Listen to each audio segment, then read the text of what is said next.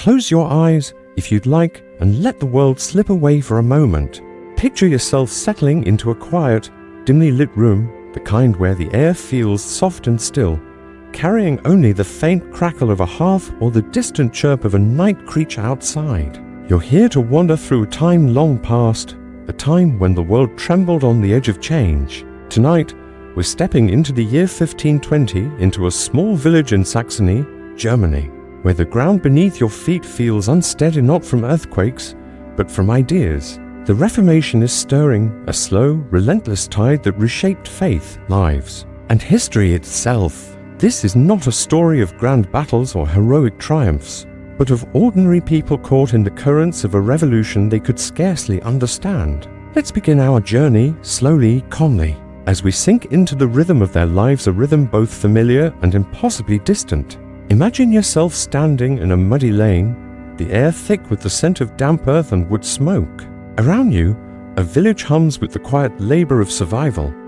But something is different. Whispers of change drift through the marketplace, the church, even the fields. A monk named Martin Luther has challenged the very foundations of the world you know, and nothing will ever be the same. This is a story of faith tested, of ideas that spread like wildfire, and of lives shaped by forces far beyond the village square. As we move through this tale, let your mind drift. Let the details wrap around you like a soft blanket, guiding you toward rest. Our first step is into the life of a peasant in Saxony, where every day was a test of survival and of belief. Imagine yourself waking in the stillness before dawn, the world around you cloaked in a quiet so deep it feels like a held breath. You're in a small house in a village in Saxony, Germany. In the year 1520, the air inside is cool, tinged with the faint, smoky warmth of a dying fire. Your bed is a simple pallet of straw, its edges softened by a thin woolen blanket that carries the scent of lanolin and thyme. You rise slowly, your movements careful as if not to disturb the fragile peace of the morning. Your feet touch the packed earth floor, cold and unyielding, and you pull on a linen tunic. Its fabric rough against your skin, patched in places where necessity has outpaced pride. This is your life, a peasant's life bound to the land, the seasons, and the church. But the world is shifting, and the certainties you've clung to are beginning to fray. Step outside, and the village greets you with a chorus of small sounds, the creak of a shutter, the low cluck of hens stirring in their coops, the distant bark of a dog. The air is thick with the scent of damp earth, mingling with the sharp tang of wood smoke that curls from chimneys. The village is modest, no more than a scattering of timber-framed houses, their walls daubed with clay and straw, clustered around a stone church whose steeple rises like a sentinel above the thatched roofs. Beyond the village, fields stretch out, patchwork squares of rye, barley, and oats, their boundaries marked by low hedges or piles of stone gathered from the earth. The sky is pale, streaked with the first light of dawn, and you feel the weight of the day ahead, another day of labor, of survival. In a world where nothing is guaranteed, your life is shaped by the rhythm of the seasons. If it's spring, you're in the fields by sunrise, guiding a wooden plow pulled by an ox, its breath steaming in the cool air. The soil yields reluctantly, clods breaking under the plow's iron tip, and your hands ache from the effort. If it's autumn, you're harvesting, your sickle flashing in steady arcs, the stalks of grain falling in neat rows. Summer brings long days under a relentless sun, your brow damp with sweat as you weed or tend livestock.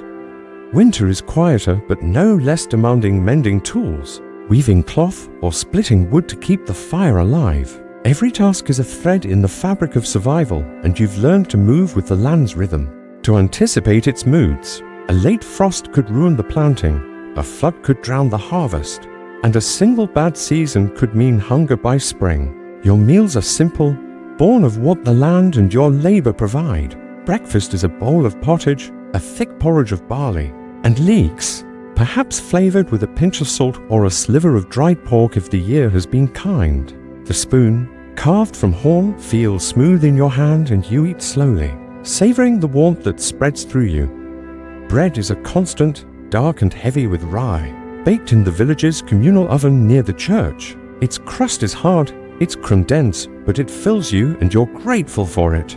Water comes from the well, its taste earthy and faintly metallic. though you prefer weak ale when you can get it safer, they say, than water from a stream.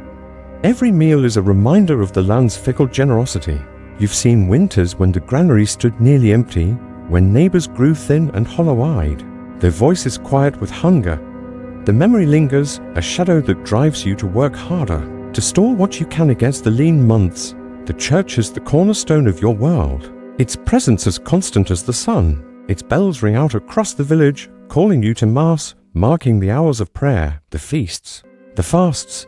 You walk to the church, your clogs sinking into the muddy lane, and step inside to find a world apart. The air is cool, heavy with the scent of incense and wax. Candles flicker on the altar, casting soft light on a wooden crucifix and a small statue of the Virgin Mary, her face serene yet distant. The priest chants in Latin, his words a mystery to you, their cadence both soothing and impenetrable. You kneel on the stone floor, its chill seeping through your knees, and you pray not because you understand the words, but because you've been taught that this is the path to salvation. The church is your guide, your comfort, the keeper of your soul. You've paid for indulgences when you could afford them. A few precious coins to ease the burden of sin, or to shorten a loved one's time in purgatory. The priest says it's necessary, and you believe him. He is learned, chosen by God, a bridge between you and the divine. But lately, the church feels less certain. Whispers have crept into the village, carried by travelers, peddlers, and the occasional lettered man passing through.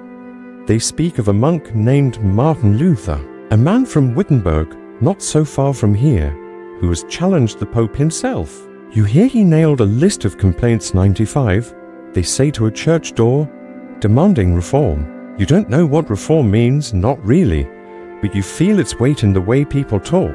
At the market, where you trade eggs for a length of cloth or a handful of nails, you hear snippets of conversation. Luther says we don't need the Pope. A woman murmurs, her voice low as she sorts apples.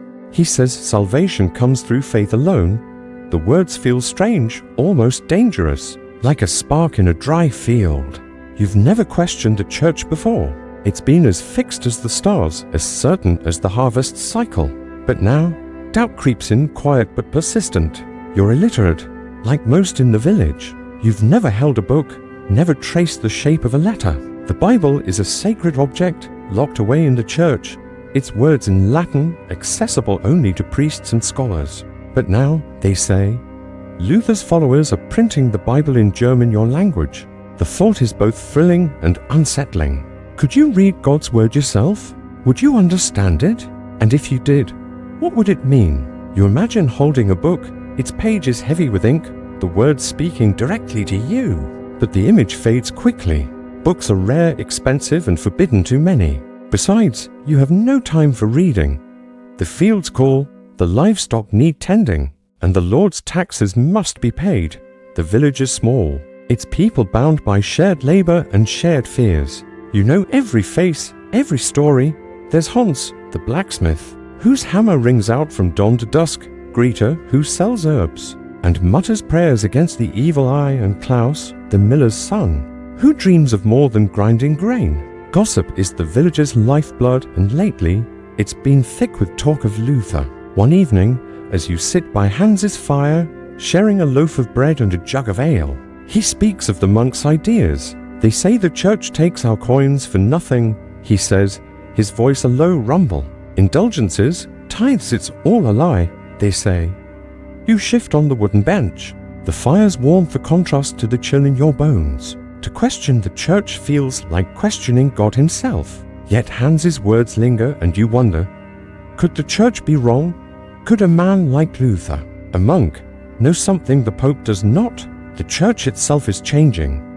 One Sunday, you arrive for Mass to find the door ajar, the interior in disarray.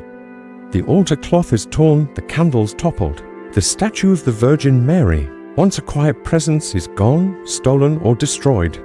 Father Matthias, the priest, is nowhere to be found. Some say he fled to join Luther's cause, others whisper he was taken by the bishop's men. Accused of heresy, the village is divided, and the rift grows wider each day. Greta, the herb seller, calls Luther a servant of the devil, her eyes flashing with fear. But Klaus, young and restless, speaks of Luther with a quiet intensity, saying the church has grown rich while the poor starve. You listen, but you don't know what to believe. To choose a side could mean ostracism, imprisonment, or worse. You've heard of heretics burned at the stake, their lives consumed by fire as the crowd watches in silence. The thought sends a shiver through you and you focus instead on the familiar, the weight of your hoe, the smell of the earth, the rhythm of your days. Life as a peasant is a constant struggle, even without the Reformation's shadow. You owe tithes to the church, 10% of your crops, your eggs, your wool. The priest collects them with a stern eye, and you hand over what you can, though it means less for your family. You owe rent to the Lord, who lives in a stone manor on a hill, his fields worked by your hands. Taxes come in many forms, a share of your grain, a day's labor on the Lord's roads, a fee to grind your grain at his mill. Every coin, every bushel is a weight you carry. And then there's the plague, a spectre that haunts every village. It came last year, leaving empty houses and harried burials. You pray it stays away, but the fear lingers, sharp as the scent of rain on the wind. War, too, is a constant threat. The Lord's feud, their quarrels spilling into your fields, trampling crops or demanding men to fight. You've seen boys leave the village, their faces bright with pride, only to return broken or not at all. The Reformation adds a new layer to this struggle. You hear of uprisings in distant villages, peasants like you taking up pitchforks, and ciths demanding an end to tithes and taxes. They call it the Peasants' War, and it's growing closer.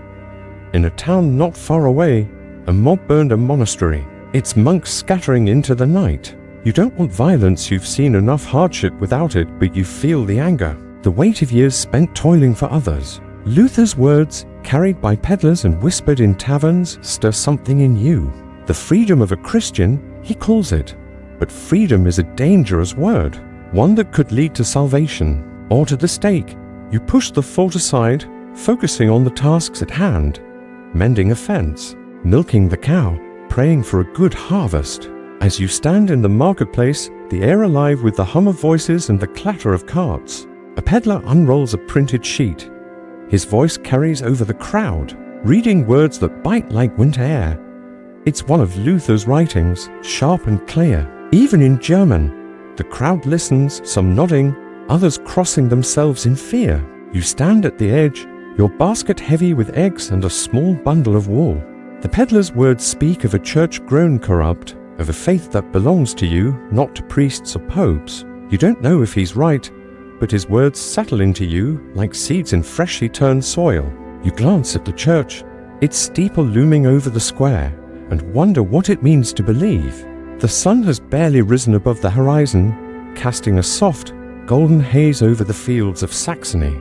You stand at the edge of your small plot, the air cool and heavy with the scent of dew-soaked grass. Your hands grip the handle of a hoe, its wooden shaft worn smooth by years of use, and you begin the day's work, breaking the soil in steady, rhythmic strokes. The village is waking around you, the sounds of life weaving together, the creak of a cartwheel, the low bleat of a goat, the distant clang of Hans the blacksmith's hammer. This is 1520, and you are a peasant, your life tethered to the land and the church.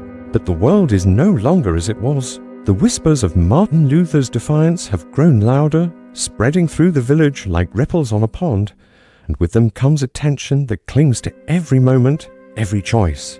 Your days are long, each one a mirror of the last, yet marked by subtle shifts. You move through the fields, your clogs sinking into the soft earth, the scent of turned soil mingling with the faint sweetness of clover. The crops rye, barley, perhaps a small patch of oats are your lifeline, but they are also your burden. You work from dawn until dusk, your back bending under the weight of labor, your hands roughened by tools and time. The land is generous when it chooses to be, but it is also unforgiving. A late frost last spring killed half your seedlings, and the memory of that loss lingers, a quiet ache that sharpens with every empty basket. You've learned to read the sky, to watch for clouds that promise rain or threaten flood. You've learned to pray, not just for salvation, but for survival. In the village, life is a shared struggle. You pass Greta's stall in the marketplace, her gnarled hands sorting bundles of dried herbs, thyme, chamomile, mint that carried the sharp, green scent of summer. She nods to you, her eyes sharp but wary, as if she senses the change in the air. The market is modest, a muddy square where villagers trade what little they have: eggs, wool, a few precious coins. You barter a dozen eggs for a length of coarse linen, its texture rough against your fingers, and you feel a small satisfaction in the exchange. But the market is also where news spreads, where words carry as much weight as goods. A peddler, his cloak patched and dusty, speaks of Luther's latest writings, printed sheets that denounce the church's wealth and power. You listen, standing at the edge of the crowd, your basket heavy against your hip.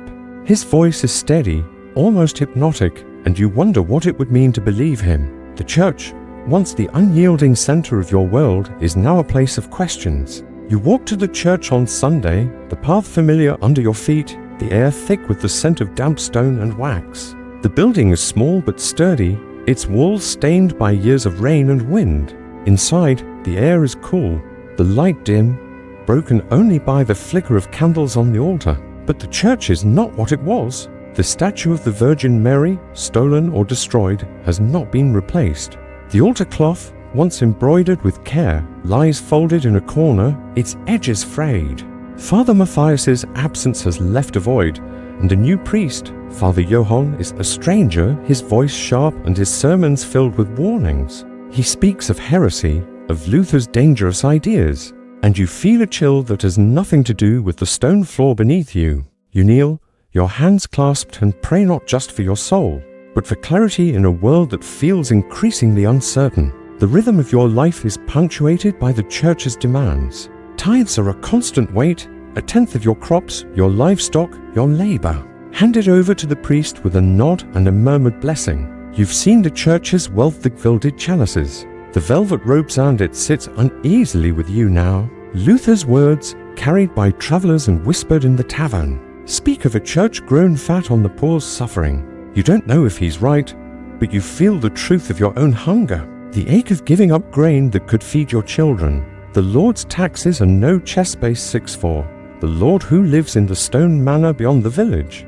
demands his share to a portion of your harvest, a day's labor on his roads, a fee to use his mill. Every coin, every bushel is a reminder of your place in the world, a place where survival is a daily negotiation. The Reformation is not just a distant rumor, it is here in your village, in the conversations that hum like bees in the marketplace. Klaus, the miller's son, is bolder now, speaking openly of Luther's ideas. Why should we pay for salvation? He asks one evening, his voice low as you sit by the fire, sharing a loaf of rye bread and a jug of weak ale. The Bible says we're saved by faith, not by coins.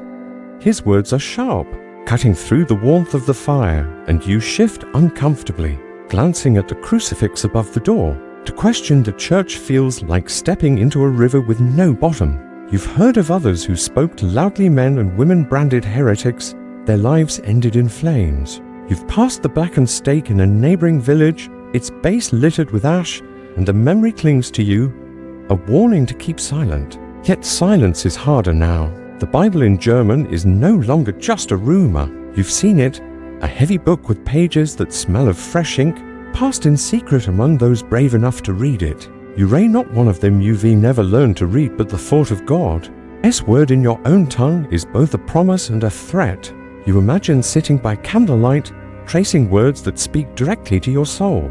But the image is fleeting. Reading is a luxury, and the bishop's men are watching. Informers lurk in every village, their eyes sharp, their loyalty bought with coin or fear. You've heard of a woman in a nearby town, accused of hiding forbidden texts. They took her at dawn, and by nightfall, she was gone, her life consumed by fire. You push the thought away, focusing instead on the familiar, the weight of your basket, the scent of bread baking, the rhythm of your days. The seasons turn and the village endures. Winter comes, blanketing the fields in snow, the air sharp with the scent of pine and frost. You huddle by the fire, your children curled against you, their breath warm and steady. You tell them stories of saints and harvests, of a world simpler than the one outside. But even here, in the quiet of your home, the Reformation creeps in. A traveler brings news of a city called Zurich, where a man named Zwingli preaches ideas even bolder than Luther's. The Pope's authority is crumbling, and with it, the certainties that shaped your life. You wonder what will come next, whether the world will hold together or shatter like ice under a hammer. Spring returns and you walk to the fields, your hands gripping the plow. The earth is soft, yielding, but the future is not. You've survived another winter, another scare of the plague that haunts every village. But survival is no longer just about food or shelter. It's about faith, about choosing a side in a war of ideas. The church, once your rock, is now a question. You hear of uprisings, peasants like you, armed with pitchforks and scythes,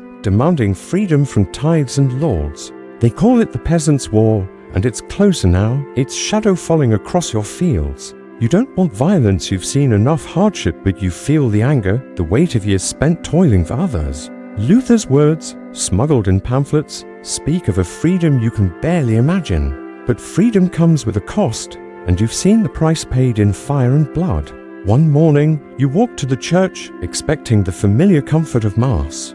But the door is locked, the windows boarded. Father Johann has fled, or so they say, perhaps to join Luther, perhaps to escape the bishop's men. The village is quieter now, but the silence is heavy, filled with unspoken questions. You stand in the churchyard, the grass damp under your feet, and look at the steeple.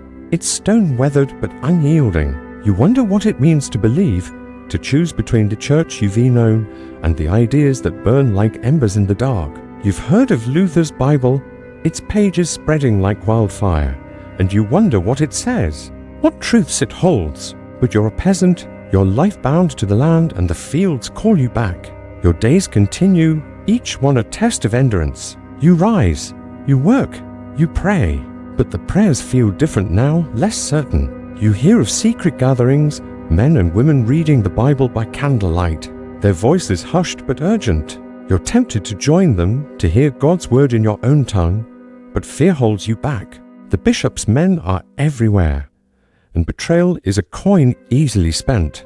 You keep your head down, tending your crops, mending your nets, but the questions grow louder. Is the church right? Is Luther? And what does it mean for your soul?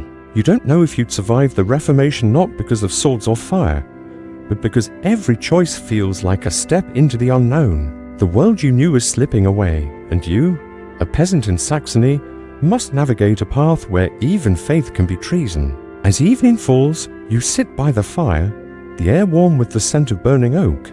Your children sleep, their faces soft in the firelight, and you wonder what world they'll inherit. The Reformation is not just a story, it's the air you breathe, the ground you walk. You've survived another day, but survival is no longer enough. The rhythm of your life, once steady, is now a question, and you must find your way through a world that is no longer certain.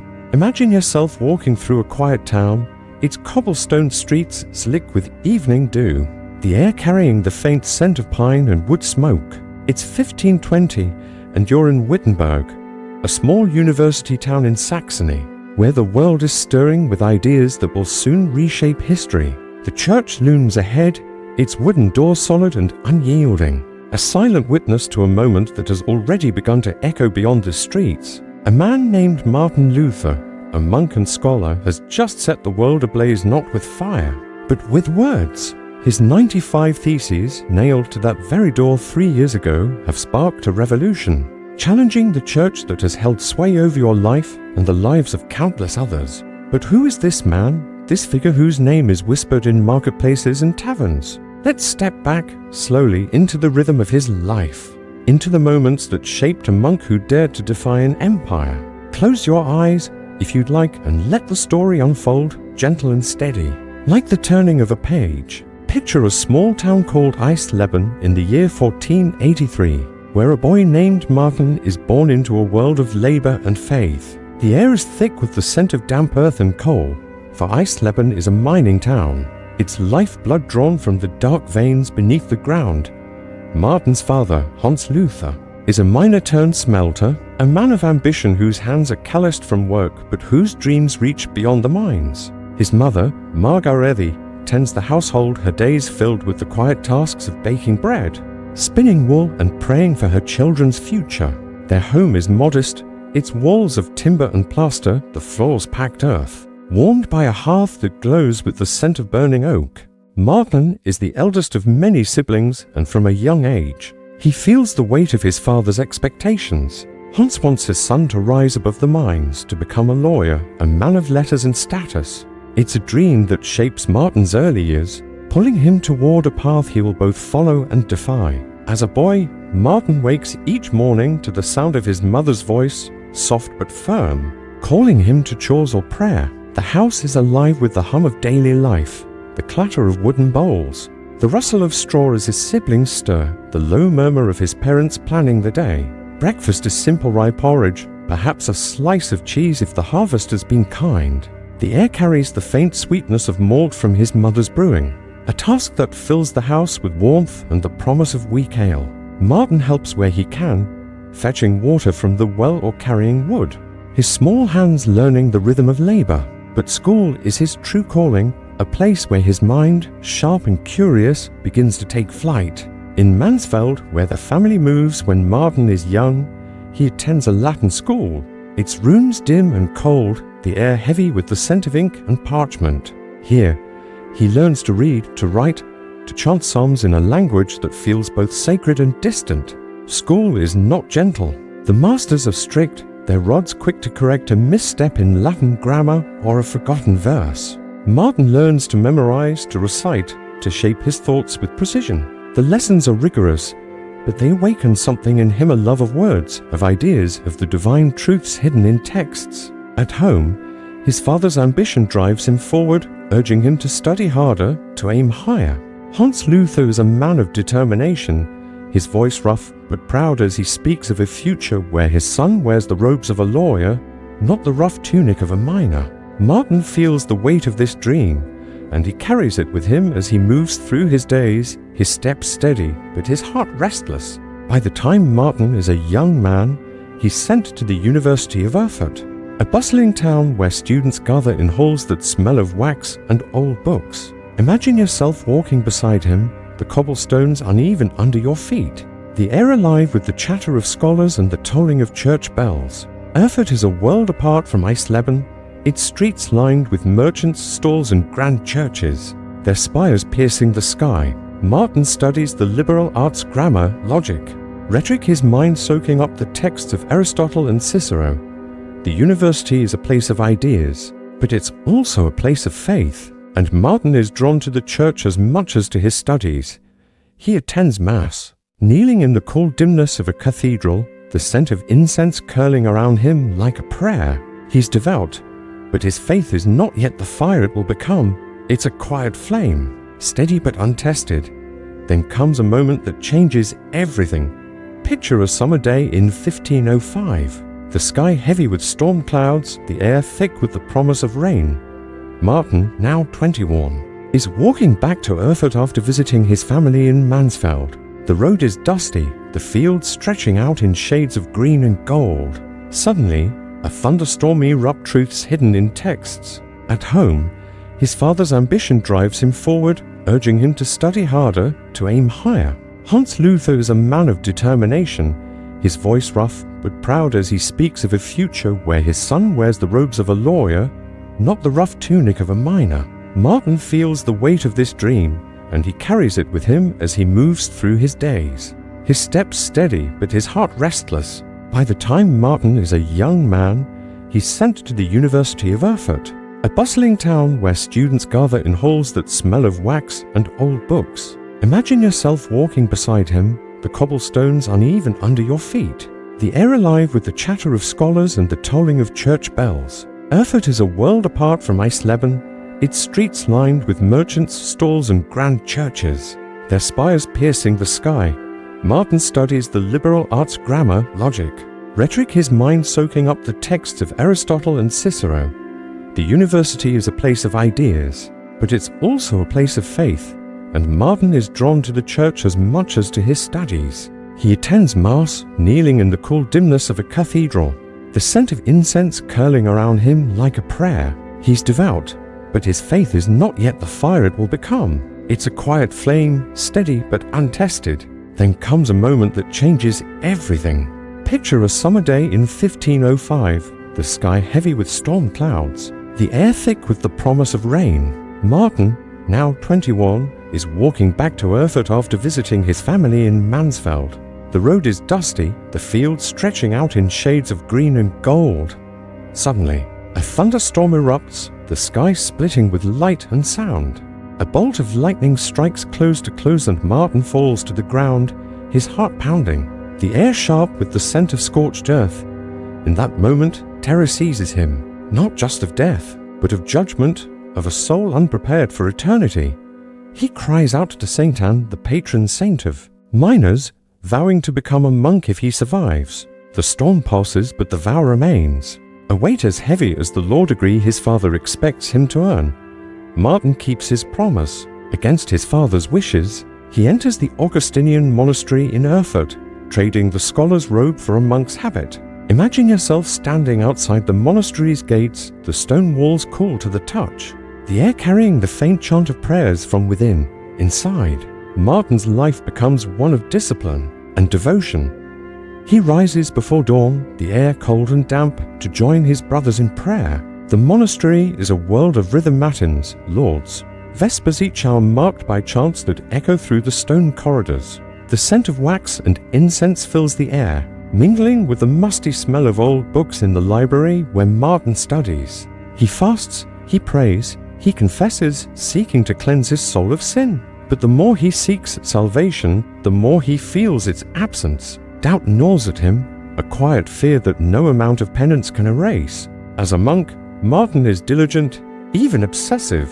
He spends hours in confession, listing every sin, every doubt, until his confessor grows weary. He fasts until his body weakens, his face pale against the black of his habit. The monastery is a place of silence, but Martin's mind is loud with questions. What does it mean to be saved? Can good works, indulgences, the church's rituals truly secure God's grace? He reads the scriptures, his fingers tracing the Latin text, and finds no easy answers. The church teaches that salvation comes through its sacraments, its authority. But Martin begins to wonder. His studies lead him to the writings of St. Augustine, whose words speak of grace as a gift, not a transaction. The idea takes root, quiet but persistent, like a seed in fertile soil.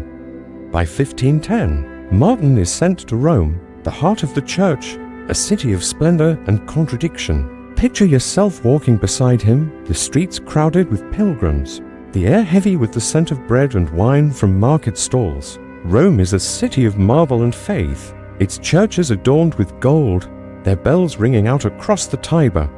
Martin climbs the Scala, Sancta, the holy stairs, on his knees, each step a prayer for forgiveness. But Rome unsettles him. He sees priests living in luxury, selling indulgences to pilgrims desperate for salvation. The church, meant to be a beacon, feels like a marketplace, its sanctity diluted by wealth and power. Martin returns to Erfurt, his faith shaken but his resolve growing. The seeds of doubt, planted in the monastery, begin to sprout. In 1511, Martin is sent to Wittenberg, a small town whose university is gaining a quiet reputation. He becomes a professor, teaching theology to students who gather in dim lecture halls. The air thick with the scent of ink and parchment. Wittenberg is modest, its streets narrow, its church All Saints, or the castle church a sturdy presence at the town's heart. Martin lectures on the Psalms, on Paul's epistles, his voice steady but intense. He studies the Bible with a new urgency, seeking answers to the questions that haunt him. In the quiet of his study, lit by a single candle, he reads Romans 1:17. The righteous shall live by faith. The words strike him like a bell, clear and resonant. Salvation, he begins to believe, comes not through works or indulgences, but through faith alone, a radical idea, one that will soon set the world ablaze. The year is 1517, and a church is selling indulgences with renewed fervor. A preacher named Johann Tetzel arrives. Near Wittenberg, his voice booming as he promises forgiveness for coins. As soon as the coin in the coffer rings, the soul from purgatory springs, he declares, and the crowds open their purses. Martin watches, his heart heavy with unease. He sees peasants, like those in the villages he's passed through, giving what little they have for promises that feel hollow. The church's wealth grows, but its authority to Martin seems to crumble. He retreats to his study. his quill scratching across parchment as he writes his objections, 95 of them, precise and sharp, challenging the sale of indulgences and the church's claim to control salvation. On October 31st, 1517, Martin walks to the castle church in Wittenberg. Imagine yourself there, the air crisp with autumn, the scent of fallen leaves mingling with the wax from candles inside. The church door, wooden and weathered, is a place for notices, a bulletin board for scholars. Martin nails his 95 theses to the door. The hammer's ego soft but resolute. He does not intend to start a revolution, not yet. He seeks debate, reform, a return to what he believes is the true faith. But the words he's written are a spark, and the world is dry tinder. Copies of the theses are printed, spread by the new technology of the printing press, and within weeks, they reach towns and cities across Germany. Martin Luther, the obscure monk, is no longer obscure. His words have begun to change the world, and his life will never be the same. As you imagine Martin standing before that door, his habit swaying in the evening breeze, let the scene fade gently. His journey is far from over, but this moment, this quiet act of defiance is the beginning of something vast. The rhythm of his life prayer, study, doubt has led him here, and the world will feel the weight of his words. For now, let the image linger, a monk, a door, a list of truths that will not be silenced. The story continues, but rest here in the calm of this moment, as the echoes of his hammer fade into the night. Picture yourself in the quiet streets of Wittenberg, the evening air cool and sharp with the scent of autumn leaves and distant wood smoke. It's 1517, and the castle church stands before you, its wooden door now famous for the 95 theses nailed there by Martin Luther, a monk whose words have begun to ripple across Europe. The hammer's echo has faded, but the impact of those words grows louder with each passing day.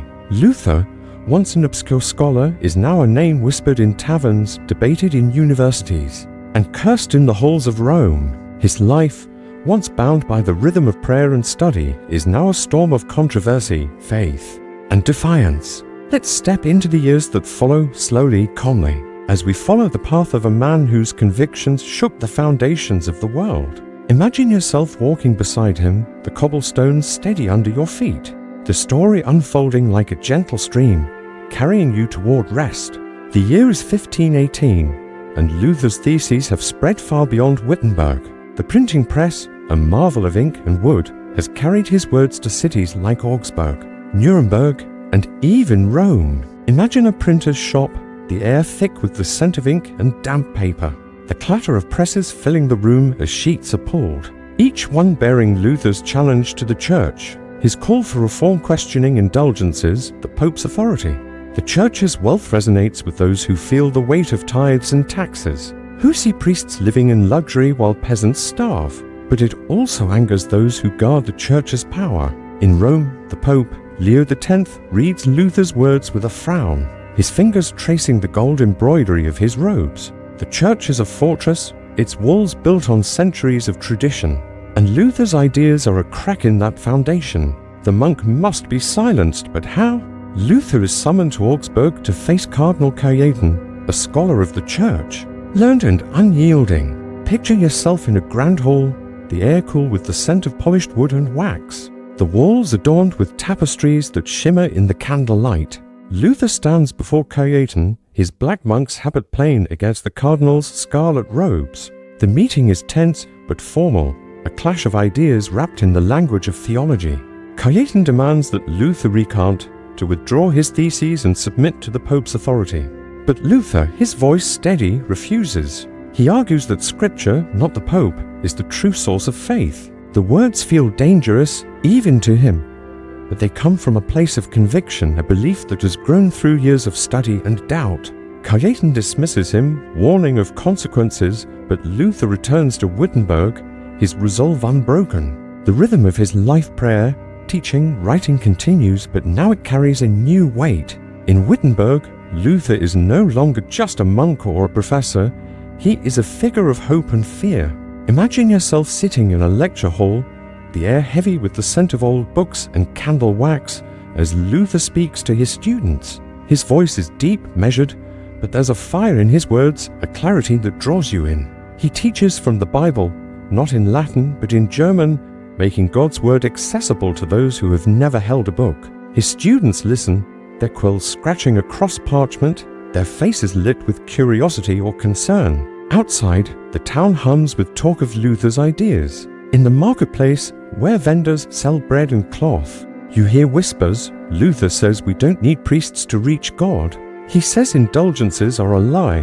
The words are like seeds, taking root in the minds of those who hear them, but they also bring division. Some call Luther a prophet, others a heretic. By 1519, the church's patience is thinning. Luther is drawn into a public debate in Leipzig, facing Johannes Eck, a theologian known for his sharp mind and sharper tongue. Picture a crowded hall, the air warm with the press of bodies, the scent of sweat and ink mingling as scholars and townsfolk gather. Eck is formidable, his arguments polished, his loyalty to the Pope unwavering. Luther holds his own, his voice calm but firm, defending his belief that Scripture, not the Church, is the ultimate authority. The debate lasts days, each side quoting texts, weaving arguments like threads in a tapestry. But Luther goes further than he intended. He questions the Pope's infallibility, comparing him to councils that have erred in the past. The crowd murmurs, sensing the weight of his words. To challenge the Pope is to challenge the very order of the world, and Luther knows it. Yet he cannot turn back. His faith, his study, his conscience compel him forward. The Leipzig debate marks a turning point. Luther's ideas are no longer a call for reform within the Church. They are a challenge to its very structure. In 1520, he writes 3 treatises that solidify his break with Rome. Imagine him in his study, a small room in Wittenberg's Augustinian monastery, the air thick with the scent of candle wax and parchment. His quill moves steadily, the words flowing from a mind that has wrestled with doubt and found clarity. Into the Christian nobility of the German nation, he calls on princes and nobles to reform the Church, arguing that all Christians are priests in God's eyes. On the Babylonian captivity of the Church, he attacks the sacraments, saying only baptism and communion are rooted in Scripture. In the freedom of a Christian, he declares that faith alone, not works, brings salvation, a radical idea that feels both liberating and dangerous. These words, printed and spread across Germany, are like sparks in a dry field, igniting hope in some and fear in others. Rome responds with a papal bull, Exurge Domini, condemning Luther's writings and demanding he recant. Picture a messenger arriving in Wittenberg, his cloak dusty from travel, the air sharp with the scent of horses and leather. He delivers the bull, a scroll sealed with wax, its words heavy with authority. Luther reads it in his study, the candlelight casting shadows on the walls. The Pope calls him a heretic, a wild boar ravaging God's vineyard. But Luther does not bend. In December 1520, he stands before a crowd outside Wittenberg, the air cold and crisp, the scent of burning wood rising as he sets the papal bull ablaze. The flames crackle, consuming parchment and tradition, and the crowd watches in silence. It's a moment of defiance, but also of commitment. Luther has chosen his path, and there is no turning back. In 1521, Luther is summoned to the Diet of Worms, a grand assembly of the Holy Roman Empire. Imagine yourself in Worms, a city alive with the hum of power, its streets filled with nobles, bishops and merchants. The air carries the scent of wine and roasted meat from inns, but also the tension of a world on edge. Luther stands before Emperor Charles V, a young man whose crown rests heavy on his brow. The hall is vast, its walls lined with tapestries, the air warm with the breath of onlookers. On a table before Luther are his books, their pages filled with the ideas that have shaken Europe. He is asked to recant, to renounce his writings and submit to the Church. The moment is quiet, the silence heavy as all eyes turn to him. Luther's voice, when he speaks, is steady but measured. Unless I am convinced by Scripture and plain reason, he says, I cannot and will not recant. Here I stand. I can do no other. The words are simple, but they echo like a bell, clear and unyielding. He leaves the hall, his fate uncertain, but his conscience intact. The Diet of Worms marks Luther's final break with Rome. He is declared an outlaw, his life forfeit, his writings banned. But his ideas cannot be contained. As you imagine him riding away from Worms, hidden by friends to protect him from capture. Picture the landscape of Saxony, rolling hills, fields of green and gold, the air soft with the scent of spring. Luther is taken to Wartburg Castle, a fortress high above the town of Eisenach. Imagine the castle's stone walls, cool and damp, the air carrying the scent of pine from the surrounding forest. Here, in a small room, Luther hides under the name Junker Jörg, his monk's habit replaced by a knight's cloak. He grows a beard, his face changing, but his mind remains sharp. He spends his days translating the New Testament into German, his quill moving steadily, the words flowing from Greek to the language of his people. The Bible, once locked in Latin, is now a gift to the common folk, a testament to Luther's belief that faith belongs to all. Yet Luther's life is not without struggle. In Wartburg, alone with his thoughts, he wrestles with doubt and fear. Imagine him sitting by a window, the night air cool, the stars faint above the forest. He writes of the devil, a presence he feels in the darkness, tempting him to despair. His health falters, sleeplessness, stomach pains, the weight of a world that both reveres and reviles him. But his faith sustains him, a quiet flame that burns through the night. He writes letters to friends, sermons for the faithful, and his translation of the Bible grows. Page by page, the rhythm of his life study, prayer, writing continues, even in exile, and his words reach further than he could have imagined. Luther's personal conflicts are as much a part of his story as his public defiance. He is a man of fierce conviction, but also deep turmoil. He questions himself, his motives, the consequences of his actions. Has he gone too far? Will his ideas bring freedom or chaos? In his letters, he speaks of his love for the church, even as he challenges its corruption. He is not a rebel by nature, but a man driven by conscience, by a belief that truth cannot be silenced. His life is a paradox, a monk who defies the church, a scholar who speaks to peasants, a man who seeks peace, but ignites a revolution. As you imagine Luther in Wartburg, his quill scratching across parchment, let the scene soften. His journey is one of courage and doubt, of faith tested by fire. The world is changing, and he is at its center, a man whose words have become a tide, reshaping the lives of those around him. For now, rest in the quiet of this moment, the castle's walls a shelter against the storm outside. Luther's story will continue, but let the rhythm of his life prayer, study, defy and carry you gently towards sleep. Close your eyes, if you'd like, and imagine yourself standing in a narrow street in Mainz, Germany. In the year 1450, the air is cool, carrying the scent of damp stone and the faint tang of ink from a workshop nearby. The street is alive with the quiet hum of daily life, the clop of hooves on cobblestones, the murmur of merchants haggling over cloth and spices, the distant toll of a church bell marking the hour. You're in a world on the cusp of change, a world where words, once rare and precious, are about to flow like a river.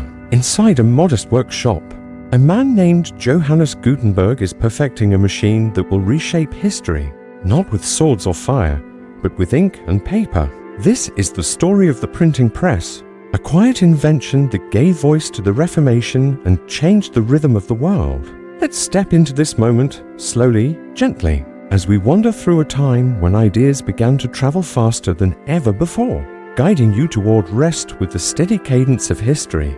Picture the workshop in Mainz, its walls of timber and plaster, the air thick with the scent of molten metal and freshly pressed paper. The room is small but busy, filled with the clatter of tools and the low voices of workmen. At the center stands Gutenberg, a craftsman with a vision, his hands stained with ink, his eyes sharp with focus. He's not a scholar or a monk, but a man of metal and mechanics, trained as a goldsmith, his fingers skilled at shaping delicate things. The printing press he's building is a marvel, a wooden frame with a heavy screw, designed to press inked metal type onto paper with precision. The air hums with the rhythm of his work, the clink of metal letters being set, the creak of the press as it moves, the soft rustle of paper being lifted from the tray.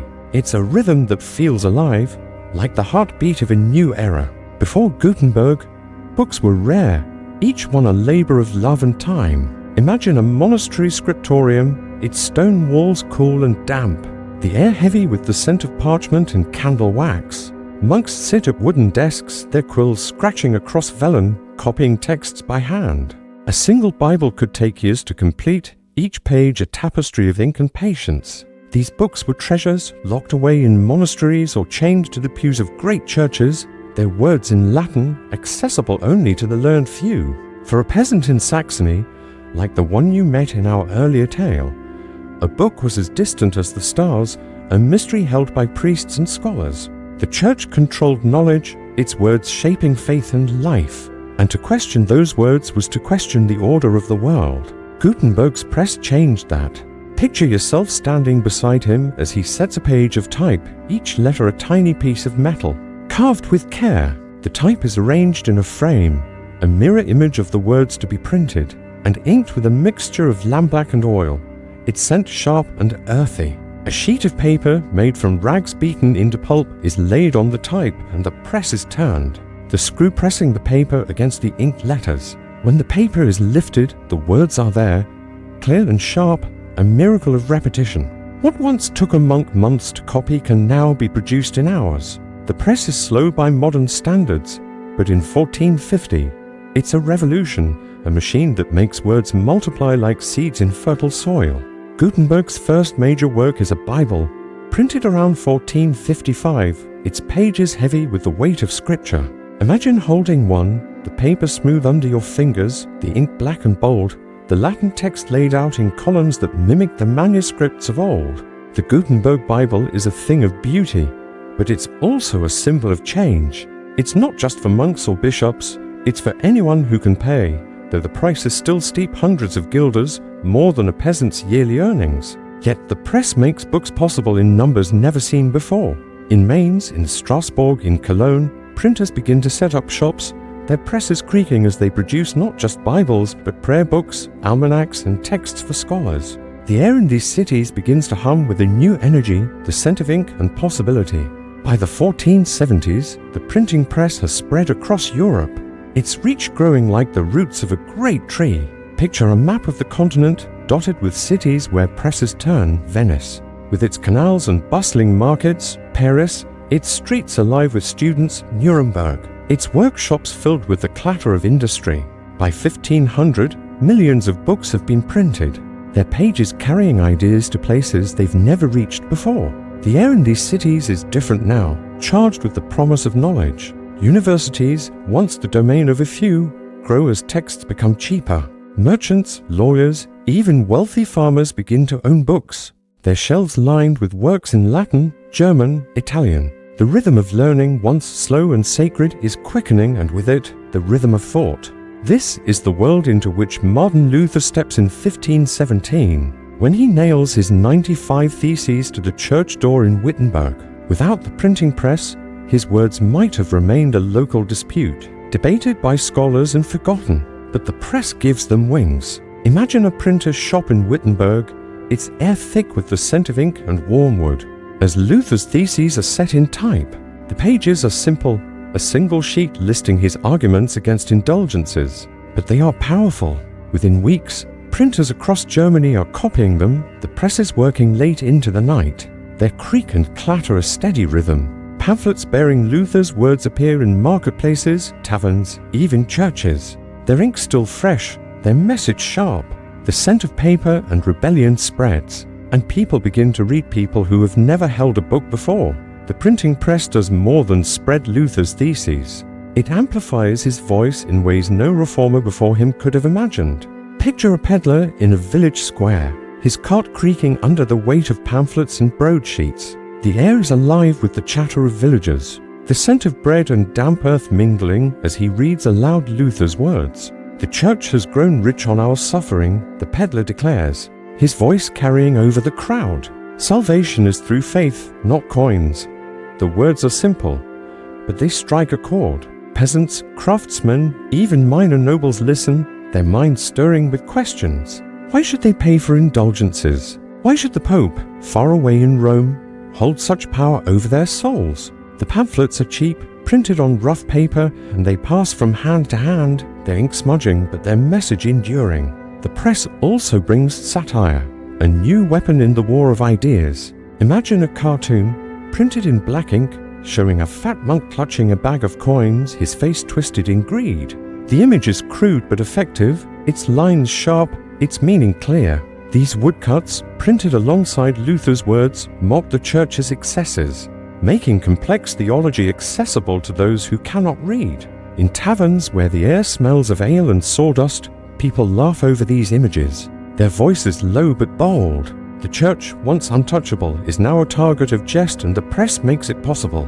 The rhythm of these ideas, words, images, questions spreads faster than the Church can contain, a tide that cannot be turned back. But the press is not just a tool for Luther, it's a force that changes how people think. For centuries, knowledge was guarded by the Church, its truths handed down by priests and bishops. Now, the Bible itself is being printed in German, thanks to Luther's translation work in later years. Imagine a peasant, like the one from our earlier tale, holding a Bible for the first time, its pages heavy in their hands, the words speaking in their own tongue. The air in their small home, warmed by a fire's glow, carries the scent of ink and hope. Reading the Bible, once a privilege of the elite, is now a possibility for the common folk. And with reading comes thinking, dangerous, independent thinking. The Church taught that salvation came through its rituals, its indulgences, but Luther's Bible suggests otherwise. Faith, it says, is personal, a direct line to God. This shift is not without cost. The Church fights back, its bishops condemning printers, burning books, declaring them heretical. Imagine a town square, the air sharp with the scent of smoke as a pile of pamphlets is set ablaze, the flames curling around Luther's words. The crowd watches, some in fear, others in defiance. Printers are arrested, their press is smashed, but others take their place. The press is a machine, but it's also a symbol, a promise that ideas cannot be silenced.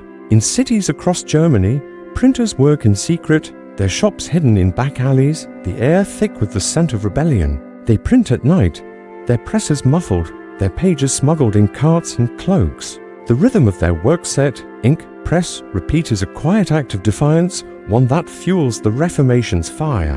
The printing press also changes the Church itself. In Rome, the Pope and his cardinals begin to use the press to counter Luther, printing their own pamphlets, their own arguments. Imagine a Vatican scriptorium, its air heavy with the scent of wax and parchment. As scribes prepare texts to be printed, their words defending the Church's authority. But the press is a double-edged sword.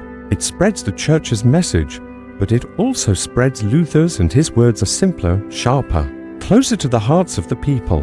The air in Europe is changing, filled with the hum of ideas, the clatter of presses, the rustle of paper. The rhythm of the world, once set by the Church's bells, is now set by the press, and nothing will be the same. As you imagine a printer's shop, its air alive with the scent of ink and possibility. Let the scene soften. The printing press is more than a machine. It's a bridge between the old world and the new, a tool that gave voice to Luther's Reformation and changed the lives of those who heard it. For now, rest in the quiet rhythm of this moment, the steady creak of the press, the soft rustle of paper guiding you gently towards sleep. The story of the press and its impact will continue, but for now, let the world fade, leaving only the calm of history's unfolding. Imagine yourself standing in a bustling marketplace, the air alive with the hum of voices and the scent of fresh-baked bread, damp earth, and the faint tang of ink from a nearby stall. It's the early 1520s, somewhere in Germany, perhaps Nuremberg or Strasbourg, where the world feels both familiar and strangely new. The cobblestone square is crowded with vendors, their carts piled high with cloth, eggs, and pamphlets, small, ink-stained sheets that carry words of fire. The printing press, born in Mainz decades ago, has spread its reach across Europe, and its rhythm set, ink, press, repeat is reshaping the lives of those around you. This is not just a story of machines, but of ideas, of a world where thoughts once locked in Latin texts now flow freely in the language of the people. Let's wander through this moment, slowly, gently, as we explore how the press fueled the Reformation, why its ideas took root, and how they changed the rhythm of life. Close your eyes, if you'd like, and let the story carry you toward rest, its cadence soft and steady like a lullaby. The printing press, a creation of wood and metal, has become a force as powerful as any army. Picture a printer's shop in a narrow alley, its windows dim, the air thick with the scent of ink and warm paper. Inside, the press creaks and groans, its wooden frame moving with each turn of the screw. The printers, their hands stained black, set tiny metal letters into frames, each one a piece of a larger truth. These shops are everywhere now, hundreds across Germany, thousands across Europe, each one producing books, pamphlets, and broadsheets at a speed unimaginable a century ago. The air in these cities hums with a new energy, a sense that words, once rare, are now within reach. A single press can produce hundreds of pages in a day, each one carrying ideas that challenge the old order, ideas that spark debate in taverns, churches, and homes. The Reformation, ignited by Martin Luther's 95 Theses in 1517, owes its fire to the press. Without it, Luther's words might have faded, a scholar's dispute confined to Wittenberg's halls. Instead, they spread like wildfire, carried by printed sheets that cost little more than a loaf of bread. Imagine a peddler in a village square, his voice rising above the chatter as he reads from a pamphlet, its pages worn but legible. The air carries the scent of apples and damp wool, and a crowd listens, some nodding, others crossing themselves in fear. Luther's words, printed in German, speak directly to them. The Church's indulgences are a lie. Salvation comes through faith alone. The Pope's authority is not divine. These ideas are simple but radical, and the press makes them unstoppable. Within months of the thesis posting, they reach cities as far away as Basel and Antwerp. Each copy a spark that lights another fire. The press does more than spread Luther's arguments, it creates a new kind of conversation. Picture a tavern, its air warm with the scent of ale and sawdust, where craftsmen and merchants gather round a table. A pamphlet lies open, its ink smudged from many hands, and they read or listen as someone reads Luther's latest treatise. The words are bold, calling for a priesthood of all believers, a faith that needs no intermediary. The men argue, their voices low but intense, the candlelight flickering across their faces. Some agree, drawn to the idea of a faith they can touch, a Bible they can read. Others fear the consequences, knowing the Church's power to punish dissent. But the press makes these debates possible, giving voice to those who have never had one before. The rhythm of their lives' work, prayer, survival is now joined by a new rhythm, questioning, thinking, choosing. The most powerful weapon of the press is the vernacular Bible. Imagine a small home in a Saxon village, its walls of timber and clay. The air warmed by a fire's glow. A family gathers around a table, a book open before them. Its pages heavy with the scent of ink and leather. This is Luther's New Testament, translated into German during his exile in Wartburg Castle. The words are not in Latin, distant and sacred, but in the language of the fields and the marketplace. In the beginning was the Word, it reads, and the family listens, their faces lit with wonder. For the first time, they hear God's voice in their own tongue, unfiltered by priests or rituals. The press makes this possible, producing thousands of copies, each one a bridge between the divine and the ordinary. The air in the room feels different, charged with a quiet revolution as the family begins to read, to think, to believe in a new way. This Bible is more than a book. It's a challenge to the Church's authority. For centuries, the Church controlled Scripture, its Latin texts guarded by priests who interpreted God's will. Now, the press places those words in the hands of bakers, weavers, farmers. Imagine a woman, her hands rough from spinning wool, tracing the lines of a printed page by candlelight. The air smells of tallow and bread, and her lips move as she reads, slowly, the story of Christ's teachings. She's never held a book before, never thought she could understand God's word without a priest. But the press has changed that, and with it, her world. The Church calls this dangerous, heretical, and they're right to fear it. When people read for themselves, they question, and questions lead to doubt of indulgences, of papal power, of the Church itself. The press also spreads other voices, not just Luther's. In Zurich, Huldrych Zwingli's sermons are printed, their words sharp and urgent, calling for reform. In Basel, Erasmus of Rotterdam publishes texts that blend humanism with faith, their pages filled with calls for a purer church. These ideas, once confined to letters or lectures, now travel on printed sheets, their carrying the scent of change. Imagine a scholar in a university hall, the air heavy with the smell of old books and wax, reading a pamphlet by Zwingli or Erasmus. His cool pauses, his mind racing with possibilities. The press makes these ideas accessible, not just to scholars, but to anyone who can read or listen. The rhythm of thought, once slow and controlled, is now a river flowing freely across borders and classes. But why were these ideas so widely embraced? The answer lies in the world the press found, a world ripe for change. Picture Europe in the early 16th century. It's air thick with the tensions of faith and hardship. Peasants, like the one from our first segment, toil under the weight of tithes and taxes, their lives bound to lords and the church. The air in their villages carries the scent of sweat and earth, but also of discontent. The church's wealth, its golden chalices, its vast land stands in stark contrast to their hunger, their struggles. When Luther's pamphlets speak of a faith free from corruption, they listen. The press gives them the words to name their anger, to dream of a different world. In cities, merchants and craftsmen, newly prosperous, resent the church's grip on their wealth and souls. The press offers them a vision of faith that aligns with their growing sense of independence. The press also taps into a deeper hunger, the desire to know. Imagine a young apprentice, his hands calloused from work, standing in a printer's shop. The air smells of ink and possibility, and he watches as a press produces a sheet of text, a poem, a sermon, a story. He's never learned to read, but he wants to, and the press makes that possible. Schools begin to teach more children their lessons based on printed books, not just oral tales. In towns, literacy grows, and with it, a new kind of power. People read not just the Bible, but pamphlets, almanacs, even satires that mock the church with sharp wit. The air in these towns feels alive, charged with the hum of ideas, the rustle of paper, the clatter of presses working through the night. Yet this revolution is not without resistance. The church fights back, its bishops and cardinals condemning printers as heretics. Imagine a town square, the air sharp with the scent of smoke as a pile of books is burned, their pages curling into ash. The crowd watches, some in fear, others in quiet defiance. Printers are arrested, their shops raided, their presses smashed. But the press is a hydra. For every shop closed, another opens, often in secret.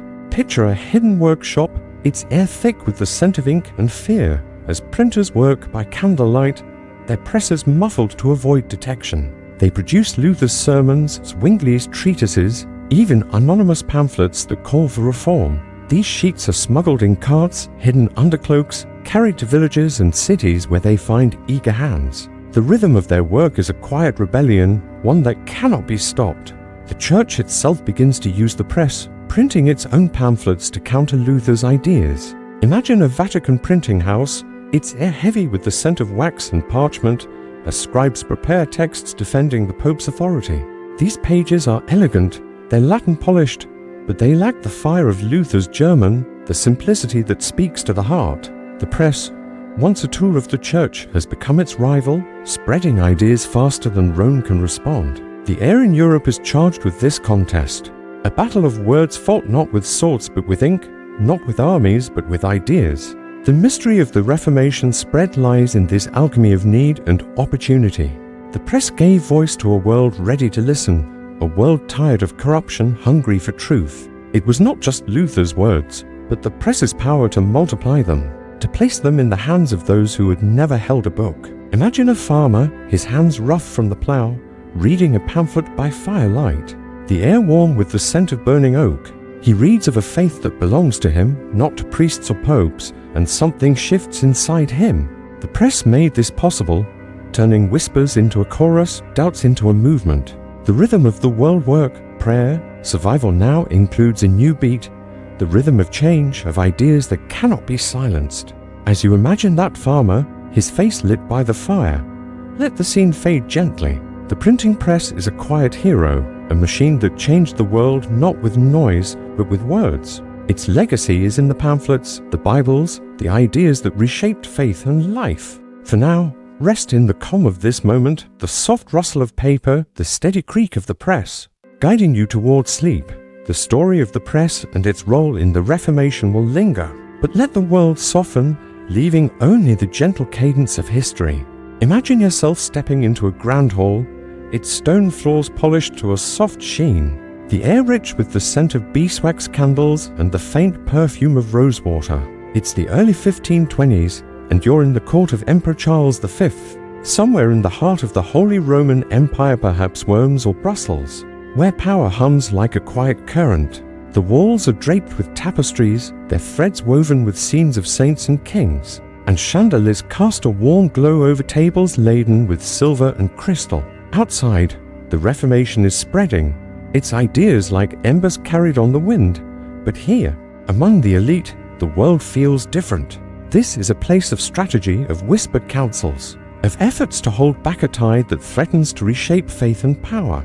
Let's wander through this world, slowly, gently, as we explore the lives of those who sought to contain the Reformation's fire. Their day is a delicate dance of diplomacy and devotion. Close your eyes, if you'd like, and let the rhythm of their lives guide you toward rest. Picture yourself as a silent observer in the court of Charles V, a young emperor whose realm stretches from Spain to the Netherlands, from Austria to the New World. The air is warm, heavy with the scent of polished wood and the faint musk of velvet robes. Charles is a man of 20, his face pale and serious, his Habsburg jaw a mark of his lineage. He sits on a carved throne, its arms worn smooth by generations, and listens as advisors speak in measured tones, their voices blending with the rustle of parchment and the clink of goblets. The court is a world apart from the muddy villages of Saxony, where peasants whisper of Luther's ideas. Here, the Reformation is not just a matter of faith, but of politics, of power,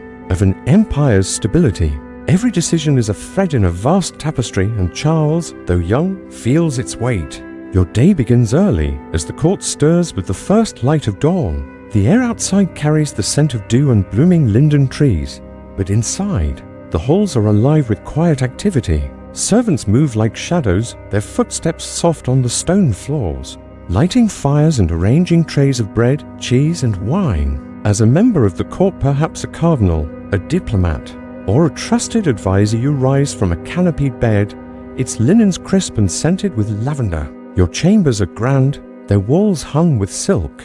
A small altar in one corner where a crucifix gleams in the candlelight. You dress in robes of velvet or fine wool, their weight a reminder of your status. And you kneel for morning prayers, the Latin words familiar, their cadence a comfort. The church is not just your faith, it is the foundation of your world, and Luther's challenge threatens to shake it. Breakfast is a quiet affair, served in a chamber overlooking a courtyard where fountains murmur and roses climb stone walls. The table is set with silver, the air carrying the scent of fresh bread and spiced wine. You eat slowly, savoring the richness of a life few can afford. The meal is a contrast to the peasant's pottage, a world away from the hunger that gnaws at those in the villages. Yet the conversation is heavy, filled with news of Luther's latest pamphlets, of uprisings in Germany, of a faith that seems to fracture with each passing day. The courtiers speak in hushed tones, their words careful as if the walls might listen. The Reformation is a fire, and you, among the elite, must find a way to contain it through diplomacy, through law, through the church's unyielding authority. The court's days are governed by ritual and strategy. Imagine yourself walking through a corridor, the air cool and scented with wax. As you head to a council meeting, the room is vast, its ceiling painted with cherubs and saints, the air warm with the breath of nobles and clergy. Charles V presides, his advisors gathered around a table strewn with maps and letters.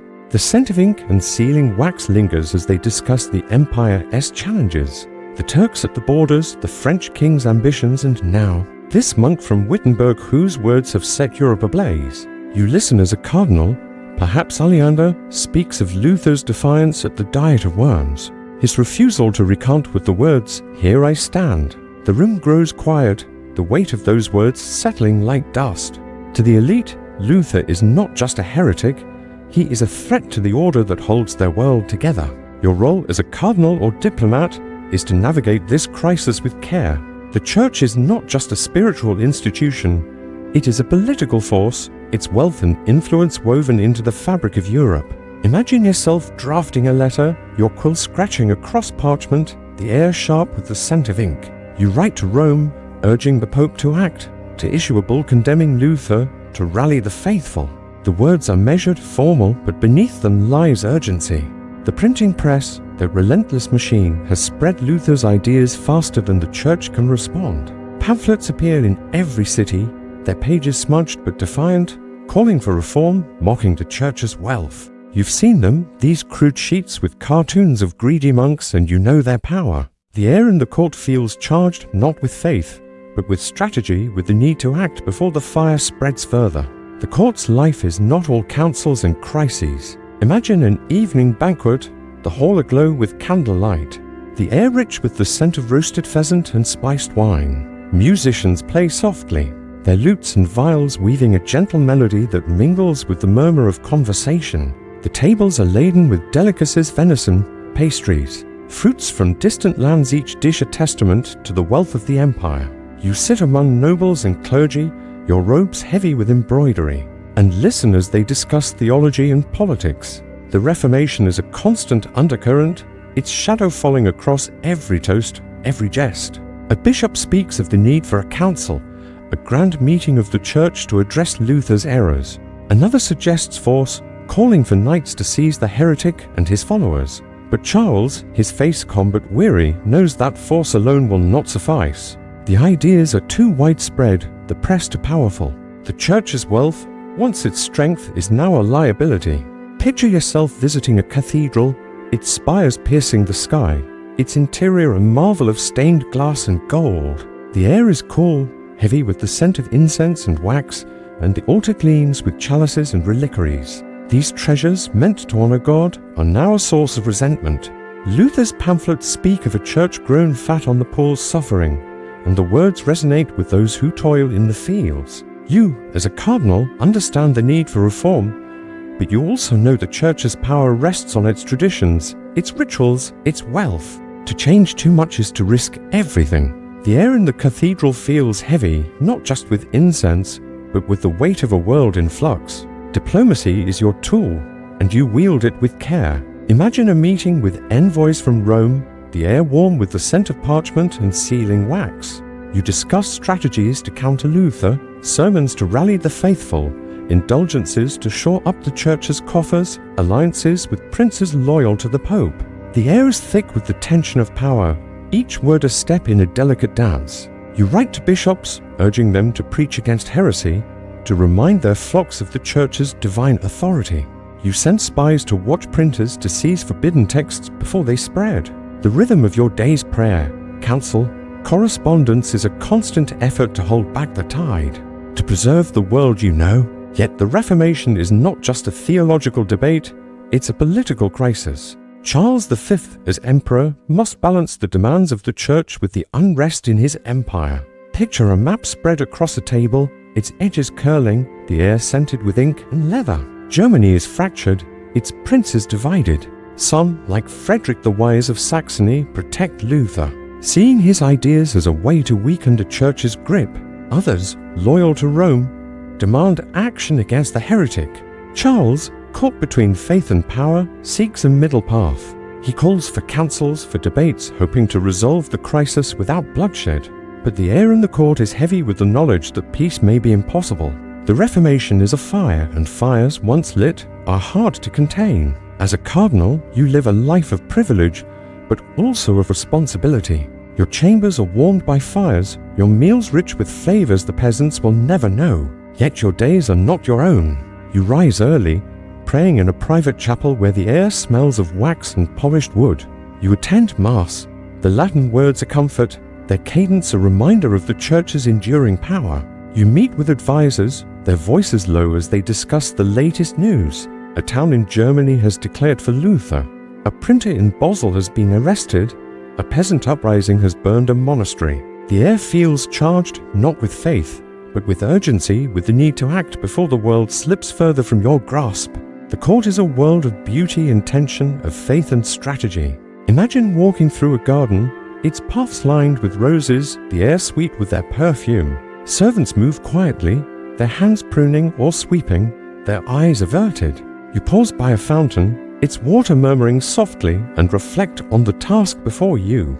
The Reformation is not just a challenge to the church, it's a challenge to the order of your world. Luther's ideas, spread by the press, have given voice to the discontented, to those who question the Pope's authority, the church's wealth. You know the church must respond not just with force, but with reform, with a return to the purity of faith. But the path is unclear, and the air feels heavy with the weight of what's to come. As evening falls, you return to the hall, the air warm with candlelight and the scent of wine. The court gathers, their robes a sea of velvet and silk, their voices blending in a soft murmur. The Reformation is a shadow, but here, in this moment, the world feels steady, its rhythm's prayer. Counsel, feast to comfort against the storm outside. You sit, your goblet heavy in your hand, and listen as a lute plays. Its notes a gentle reminder of order.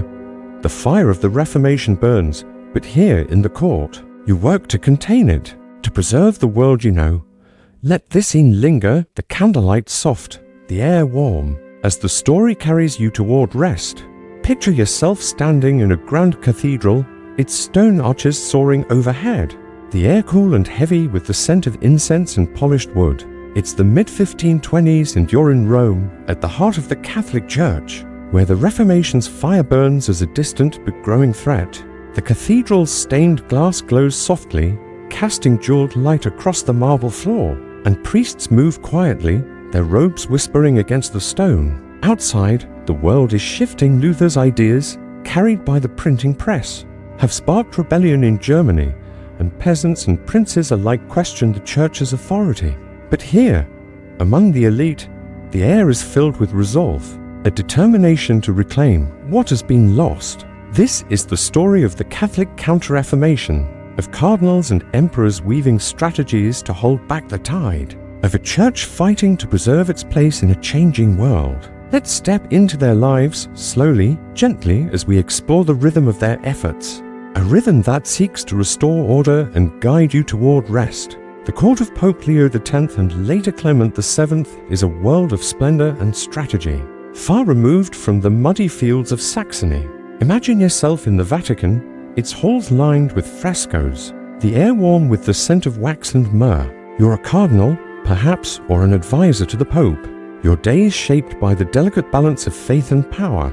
Your chambers are grand, their walls hung with tapestries depicting saints and martyrs, their colors rich even in the dim light of dawn. You rise early, the air cool against your skin, and dress in robes of scarlet silk, their weight a reminder of your role. A small chapel adjoins your room, its altar adorned with a silver crucifix, and you kneel there. The Latin prayers a steady cadence, their words a bridge to the divine. The Reformation is a shadow, but here, in the heart of the church, you work to contain it, to preserve the world you know. Your mornings begin with quiet rituals. Imagine a courtyard, its cobblestones damp with dew, the air scented with roses and the faint tang of olive oil from the kitchens. Servants move silently, their hands carrying trays of bread, fruit and spiced wine. You breakfast in a chamber overlooking Rome, the city's domes and spires softened by morning mist. The table is set with silver, the air alive with the clink of goblets and the murmur of conversation. Your fellow cardinals speak of Luther's latest writings, of uprisings in Germany, of printers who defy the church's bans. The words are measured, but the tension is palpable. A reminder that the Reformation is not just a theological dispute, but a threat to the church's very existence. You sip your wine, its warmth spreading through you, and consider the strategies that will shape the day. The Counter-Reformation, though not yet named, is taking shape in these halls. Picture a council chamber, its walls lined with books, the air thick with the scent of leather and ink. You sit at a long table, parchment strewn before you, as cardinals and scholars debate how to respond to Luther. The air is warm, the candles casting soft shadows, and the discussion is careful, deliberate. Some call for force, urging the Pope to rally armies to crush the heretics where they stand. Others advocate reform, arguing that the Church must address its own failings, its wealth, its corruption to win back the faithful. You listen, your quill poised, and suggest a middle path, a great council to reaffirm the Church's doctrines, to show the world its strength. The idea takes root, a seed that will grow into the Council of Trent decades later. But for now, it's a hope, a plan to restore the Church's light. The elite see the Reformation differently from the peasants of Saxony. To you, it's not just a matter of faith, but of order, of power, of a world held together by the Church's authority. Imagine yourself walking through the Vatican's gardens, the air sweet with the scent of lavender and thyme. You pause by a fountain, its water murmuring softly, and reflect on the stakes. Luther's ideas salvation by faith alone, the priesthood of all believers threatened the Church's role as the gatekeeper of salvation. If people read the Bible in their own tongue, if they question the Pope, what becomes of the hierarchy that has shaped Europe for centuries? The air feels heavy, not just with the scent of flowers, but with the weight of a world in flux. You, as a cardinal, must find a way to preserve it, to weave a tapestry that holds faith and power together. One response is the Jesuit order, a new force in the Church's arsenal. Picture a meeting in Rome, the air warm with the scent of wax and parchment, as Ignatius of Loyola, a Spanish soldier-turned-priest, presents his vision. His face is lean, his eyes bright with conviction, and he speaks of a society of priests educated, disciplined, loyal to the Pope who will teach, preach, and defend the faith. The air hums with possibility as you listen, your fingers tracing the edge of a letter from Loyola. The Society of Jesus, founded in 1540, will become a cornerstone of the Counter-Reformation, its members traveling to universities, courts, even distant lands to counter Protestant ideas. Their schools will educate the young, their missions will reclaim lost souls, and their loyalty will strengthen the Church's resolve. The rhythm of their work, study, prayer, action is a new beat in the Church's song, one that echoes through the years. The Jesuits are not just priests, they are scholars, diplomats, and teachers. Imagine a Jesuit college, its halls filled with the scent of books and chalk, where young men study theology, philosophy, and the classics. The air is alive with the hum of learning, the scratch of quills on paper, the soft voices of instructors. These schools are a response to the Reformation's call for education, a recognition that the press has changed the world. Luther's Bible, printed in German, has given people a taste for knowledge, and the Church must meet that hunger. The Jesuits teach in Latin, but also in the vernacular. Their lessons are a bridge between the old world and the new. You, as a cardinal, support their work, sending funds, writing letters, ensuring their schools spread across Europe. The air in these colleges feels hopeful, a reminder that the Church can adapt, can fight fire with fire. Yet the elite's life is not all strategy and reform. Imagine an evening in the Vatican, the air warm with candlelight, the scent of roasted venison and spiced wine filling a grand hall. Musicians play softly, their lutes weaving a gentle melody, and the Pope dines with his cardinals, their robes a sea of scarlet and gold. The table is laden with delicacies, pastries, fruits, meats glazed with honey, each dish a testament to the Church's wealth. You sit among them, your goblet heavy in your hand, and listen as they discuss the Reformation. Some speak of Luther with disdain, calling him a heretic who must be silenced. Others, more thoughtful, urge reform, pointing to the Church's excesses, the indulgences, the lavish courts as fuel for the Protestant fire. The air is thick with debate, but also with resolve, a determination to reclaim what has been lost. The contrast between the elite and the commoners is stark. Picture a peasant's home, its walls of clay and straw, the air heavy with the scent of damp earth and smoke. The family gathers around a rough table, their meal a bowl of barley pottage, their faces gaunt from hunger. They speak of Luther, of a faith that promises freedom from tithes, from the Church's demands. The air in their home is different, charged with hope, but also fear, for heresy is a dangerous path. In the court, you know nothing of their hunger, their struggles, but you feel the weight of their discontent.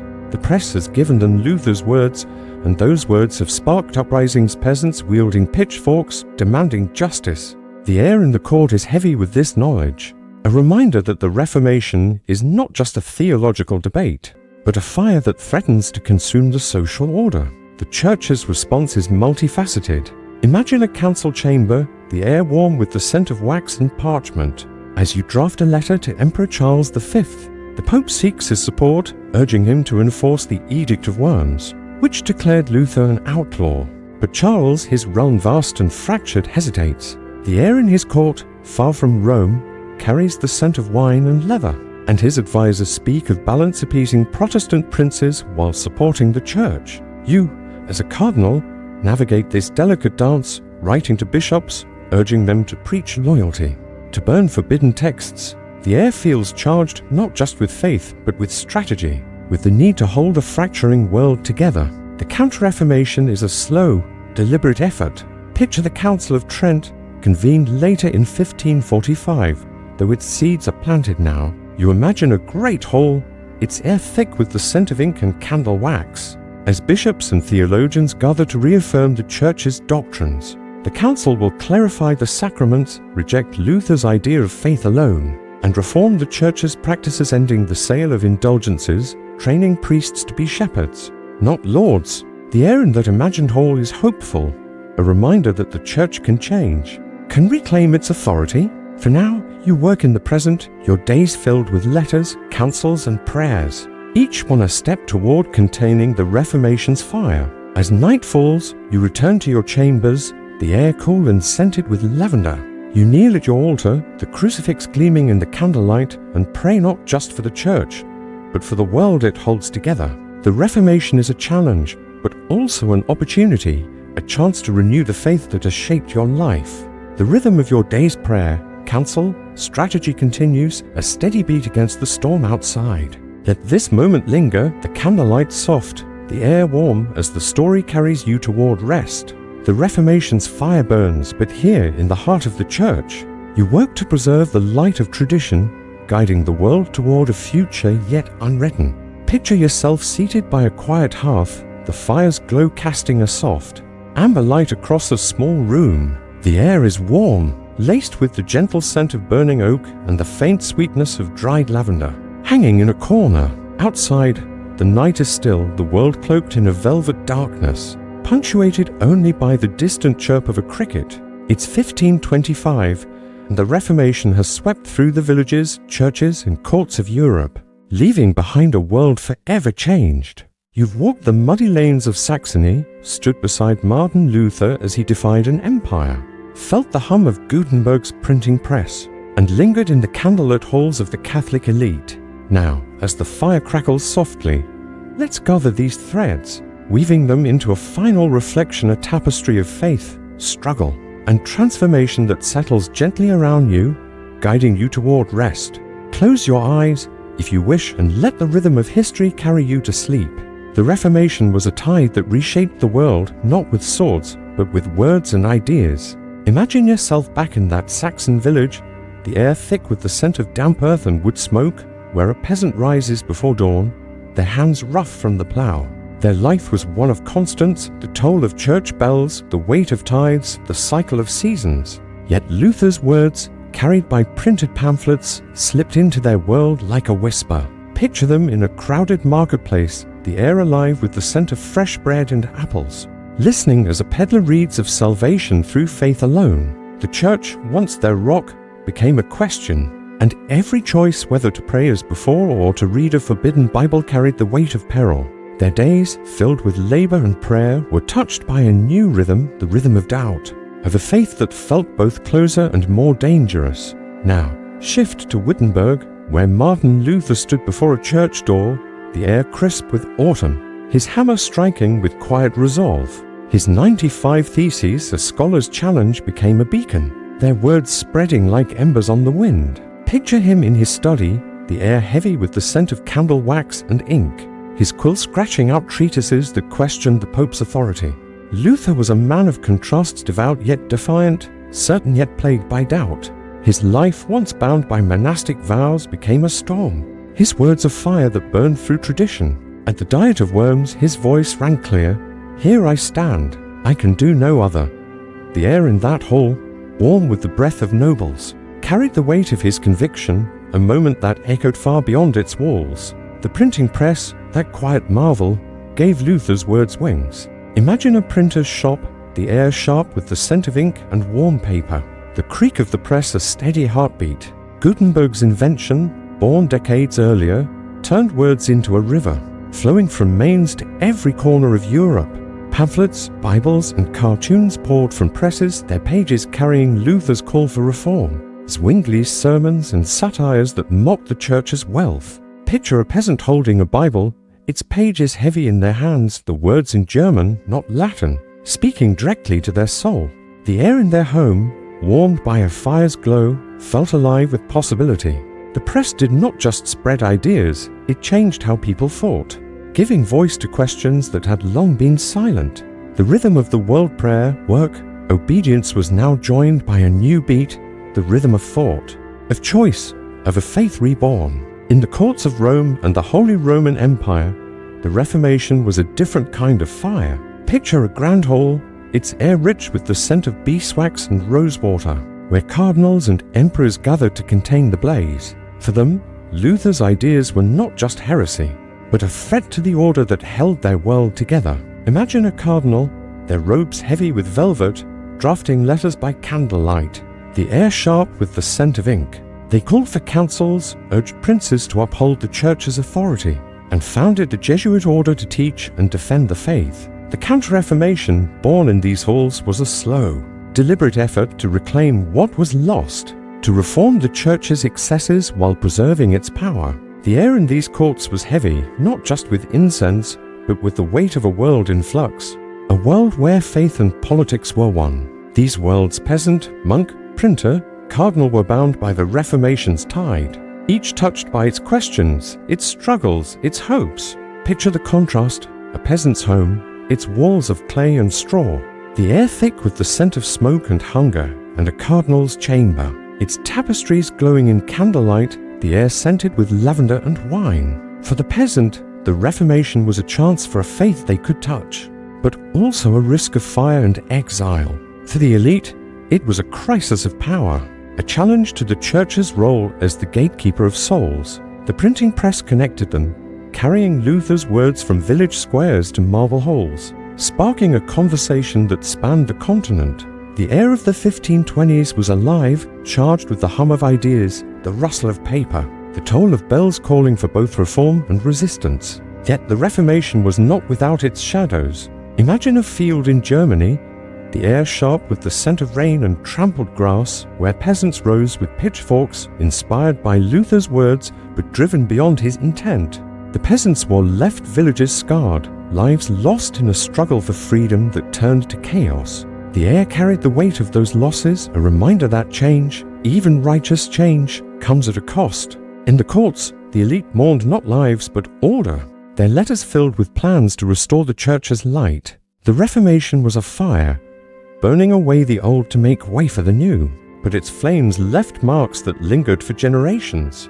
Now, step back to the present, to the quiet of your hearth. The air is warm, the fires glow, a soft contrast to the darkness outside. The Reformation feels distant, its battles fought long ago, its questions woven into the fabric of your world. The freedom to read a book, to question a belief, to choose a faith, these are gifts of that turbulent time. Picture a library, its shelves lined with books, the air soft with the scent of paper and time. The printing press, once a marvel, is now a cornerstone, its legacy in every page you turn. The churches you pass, whether Protestant or Catholic, carry the echoes of Luther's defiance, of the Catholic elite's resolve. The air feels lighter now, free of the tensions that filled the 1520s, and you can rest in the comfort of a world shaped by their struggles. As the fire crackles, its rhythm steady and soothing.